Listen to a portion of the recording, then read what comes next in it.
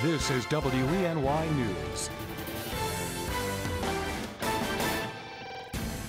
Hey there, thanks so much for clicking on the webcast. I'm Ross DiMattei. Now here's the latest from WENY News and the Star-Gazette. We have an update to the homicide investigation out of Yates County after a man's dead body was found in Penn Yan on Wednesday. An autopsy shows the man was strangled to death and there was blunt force trauma as well.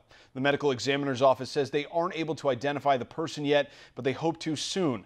Also, the Monroe County Sheriff's Office is trying to figure out if there's a connection to a missing person case. They say a 50-year-old white man named Craig Rideout from Penfield, New York, was last seen on Tuesday. Anyone with information should call 911. New this morning, New York State Police investigators are in Tennessee following up on a case of a missing New York teenager. Nico Lisi of Jasper, New York, was last seen on October 1st of 2011. He was 18 years old at that time. Police say he dropped off a friend in Michigan before arriving in Franklin, Tennessee, and has not been seen or heard from since. Now, in a news conference yesterday in Tennessee, New York State Police investigators say foul play is suspected. They're now following several leads in Franklin. The Lisi family is offering a $2,500 reward, and the Franklin, Tennessee Police and Crime Stoppers are offering an additional $1,000 for information on this case.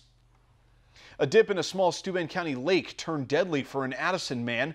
This morning, police are investigating the incident as an accidental drowning.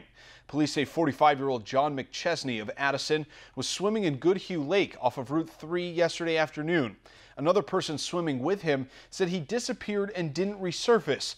The Steuben County Sheriff's dive team searched the lake for about 3 hours until they found McChesney's body.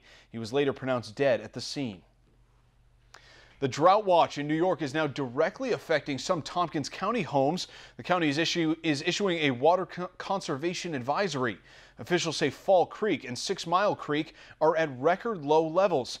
They supply the drinking water for Cornell University as well as the city of Ithaca. Now those who use the Cornell water distribution must limit their water use. The county suggests you turn off the water while you brush your teeth or shave, take shorter showers, avoid watering lawns or washing cars, and fix leaking faucets. Meanwhile, the Ithaca-Tompkins Regional Airport will be back up and running today. The runway will reopen at noon. The airport was closed for 2 weeks while crews repaved the runway. Arrivals and departures will resume tomorrow morning. The airport will also have a client appreciation celebration all next week to thank the community for using the Ithaca facility. It'll start with a ribbon cutting on Monday morning at 9 a.m. Now here's Craig Flint with a look at today's muggy forecast. Hey there, Craig. Yeah, a very oppressive humidity today and a hot breeze ushering in that very humid air. Now 94 is only half the story because when you factor in the humidity, the heat index, or what it feels like to your body, will feel like 95 to 100 this afternoon. And there's the chance for a shower storm this afternoon as well, and 1 or 2 storms may get strong to severe. Maybe 1 more storm left over this evening and then partly cloudy after that, 66 the low.